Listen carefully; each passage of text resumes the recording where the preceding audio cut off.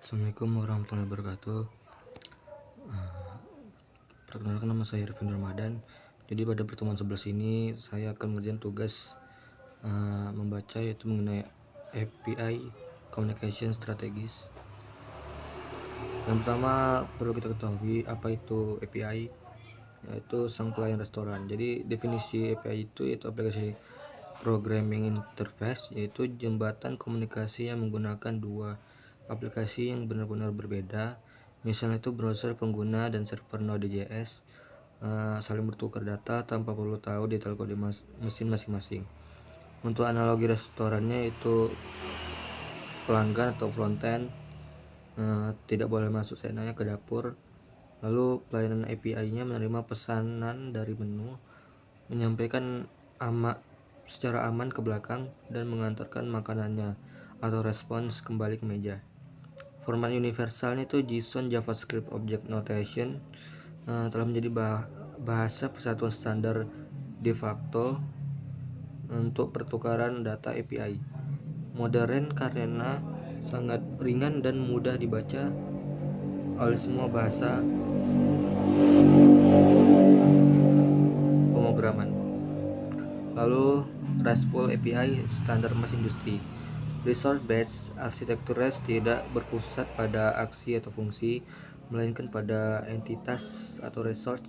Semua data dipandang sebagai benda-benda berwujud seperti user, produk, dan orders. Sifat stateless tanpa ingatan, setiap request dari klien harus mandiri. Request saja membawa semua informasi seperti token login agar server bisa memahaminya. Karena server dilarang mengingat request masa lalu untuk menghemat memori. URL yang bersih atau clean endpoint. Hindari menggunakan URL berupa kata kerja seperti post atau add new user atau get product by ID. Gunakan URL entitas yang bersih, lalu atur tindakan menggunakan HTTP methods. Lanjut, HTTP methods atau kata kerja komunikasi menggunakan metode yang tepat ada syarat wajib RESTful API. Pertama ada get, yaitu membaca, mengambil data dari server, bersifat idempotent, aman dipanggil ribuan kali tanpa mengubah isi server. Kedua, post atau mengirim data baru untuk disimpan, misal registrasi user baru. Put atau patch atau memperbarui, mengubah data yang sudah ada. Put menimpa keseluruhan objek secara utuh, sementara patch hanya mengubah bidang spesifik tertentu saja. Lalu delete, yaitu menghapus, memusnahkan resource dari database. Selanjutnya itu data HTTPS status codes atau sopan satu mesin. Kode 3 digit ini adalah bahasa tubuh server agar frontend tahu apa yang sudah terjadi pada pesanan mereka. 2 XXX atau sukses, atau yaitu 200 OK, permintaan berhasil, 201 create, data baru sukses disimpan. Lalu ada 4 XX clean error, kesalahan ada di pihak pemesan frontend. 400 bad request atau formatnya salah. 400 unauthorized atau bisa disebut dengan belum login. Lalu ada 404 not found atau URL data tidak ditemukan. Lalu ada 5 XXX server error, jadi kesalahan ada di pihak dapur atau backend. 500 internet server error, kode backend crash. Lanjut GraphQL atau evolusi komunikasi API. Masalah REST office fetching meminta data nama user, tapi server mengirim beserta ribuan daftar transaksi masa lalunya. Boros bandwidth. Under fetching, frontend harus memanggil 3 API berbeda hanya untuk merakit satu halaman dashboard. Solusi GraphQL, bahasa query modern di mana frontend memegang kendali penuh.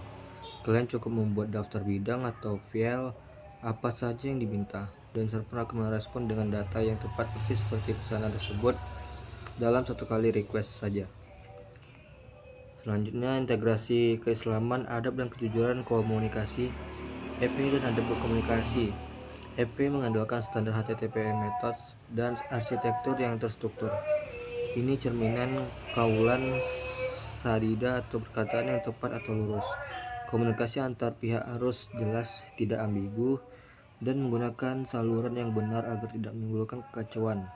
Bab status kode dan kejujuran atau disebut sidik.